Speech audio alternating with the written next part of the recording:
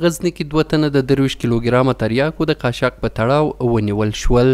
د دغه ولایت امنیتي مسؤلین وایي یاد اندازه مخدره توکي د کاپیسا ولایت څخه هلمند ولایت ته انتقال کېدل چې د امنیتي ځواکونو لخوا ونیول شول. د مسؤلینو په وینا دغه مواد په یوه موټر کې په ماهرانه ډول ځای پر ځای شوي وو چې د غزني مرکز اړوند د روضي په سیمه کې د امنیتي ځواکونو لخوا کشف او ضبط شول.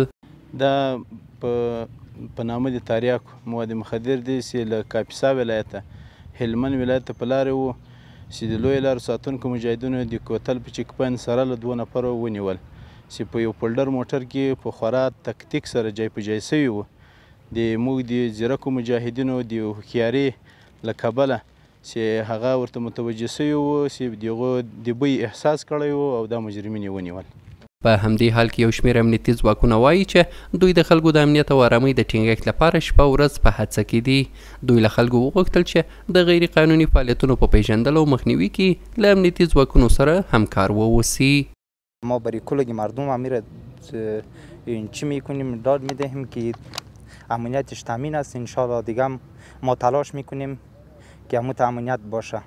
برای ما مردم ما همکاری کنه که کدام جای نفری مواد مخدر دید مشکوک دید برای ما رابطه کنه انشالله خود میرسانیم. انشالله الرحمن مجرمین 100% گرفتار میشه. انشالله الرحمن ما فوق العاده اطمینان میدیم که ما در شهرها امنیت میگیریم. دا په داسې حال کې ده چې تېره اونۍ هم امنیتي ځواکونو په غزني کې 7 کیلوګرامه تریاک او نږدې 3 زره د کا ډول ټابلیټونه کشف او ضبط کړي وو.